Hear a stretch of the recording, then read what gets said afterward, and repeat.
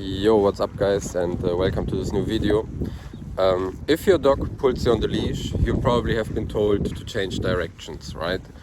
And what I'm going to show you today is why changing directions sometimes works and why it sometimes doesn't. I also want to say that this is not like the full loose leash walking system that we use, right? It's just like one of the exercises. So if you want to learn more about this, feel free to reach out to book a free evaluation and we can take a look at your dog and how we can get him to loose leash walking, right? So one thing that you have to understand is like most dogs don't pull because they're stubborn or because they're trying to control the walk, right? But they're pulling because no one has ever taught them that the handler movement matters way more than their environment, right? So they just seek self-satisfaction in the environment. And then there's also something that most people don't even realize is that by nature, dogs oppose pressure, right? So that means the tighter the leash gets, the more the dog will pull because the dog will fight the pressure and try to get away from the pressure, right? So the pulling will just get worse and worse over time, right? And at the same time, it's a self-reinforcing behavior because like if the dog pulls and you give in, the dog gets what he wants, right? Like you're going to move forward, the dog gets to sniff or like to bark at the dog or whatsoever, right? And that's the big issue here. So that basically means like as soon as pressure is applied, the dog will like naturally push against the pressure, right? And then you're in a situation where over time the dog learns that like pulling on the leash and leash pressure teaches the dog basically to just lean into it harder, right? Because the dog understands like the more I pull, the faster I get to where I want.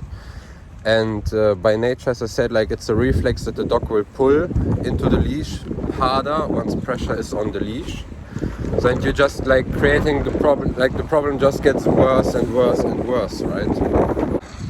So that means basically that leash pulling isn't always just untrained behavior. It's basically a self-reinforced behavior where the dog gets self-reinforcement from the tighter the leash gets, right? So the problem here is not that the dog is untrained, but the way the leash is handled, right? So the leash is used wrongly by many owners. And then this is basically where changing directions comes in, right? And to say that in the beginning, changing directions is not meant to like distract your dog, confuse your dog, or like physically make him like more attentive, right? So the actual purpose of changing directions is to teach the dog awareness, right? That the handler on the other hand of the leash matters way more than the environment. And also that access to the environment is connected to the person on the other end of the leash, right?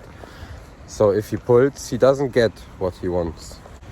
And if your dog doesn't notice when you change directions because he's maybe overstimulated, maybe he's reactive, right?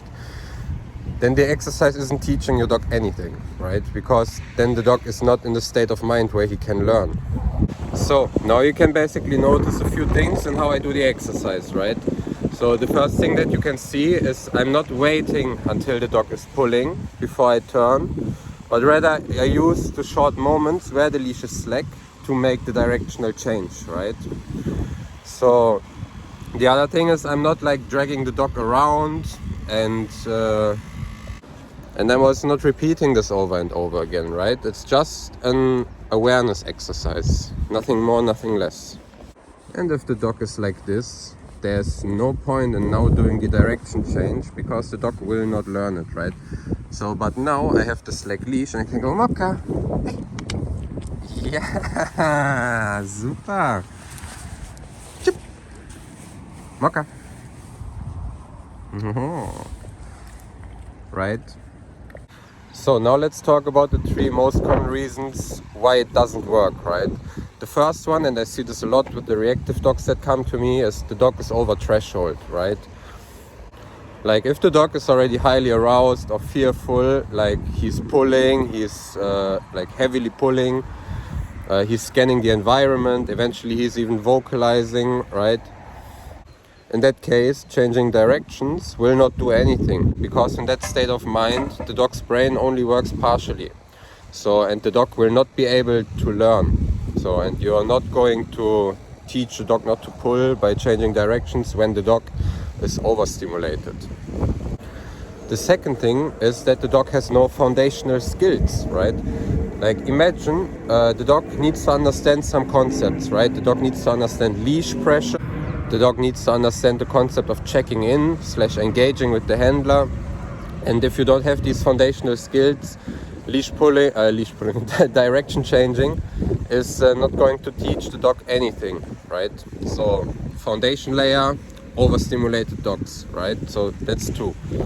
And the third reason is that people use this reactively, right? So, but when the dog is already pulling on the leash, like changing directions is not gonna change anything for you. Because basically the dog has already been self-reinforced by pulling on the leash, right? So, and then the timing is basically off.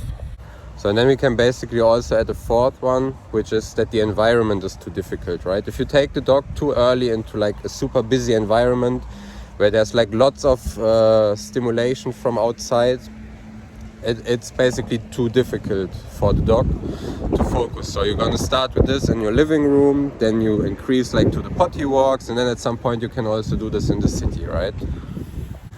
And yeah, as I said, like changing directions is basically just one entry point into loose leash walking. And what makes it successful is to know when to use it, when it's useless, and how to progress beyond it, right? And this is exactly the stuff that I'm gonna teach in the loose leash walking classes. How to properly fix your dog pulling on the leash, right? And when you can use what to make the dog give you the desired behavior.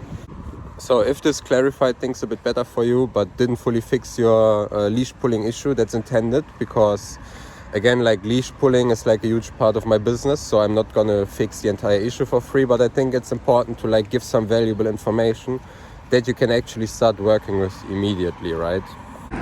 And if your goal is going from this to this with as little as 1 or 2 sessions, then now is the time for you to reach out, book the free evaluation class, and let's start working with your dog.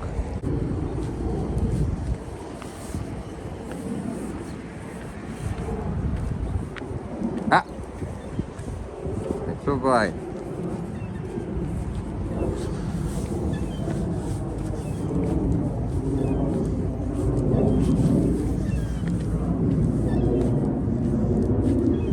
And I can already hear the people crying from the back saying, oh yeah, that dog knows how to walk on the leash, right? She doesn't. Well, before this session she didn't. As you saw in the beginning, she pulled me. Now she's not pulling anymore. And that's not magic, it's training with a system, right? So, and if you want to use that system with your dog as well to fix these kind of issues, reach out right now and see you in the next one. Cheers.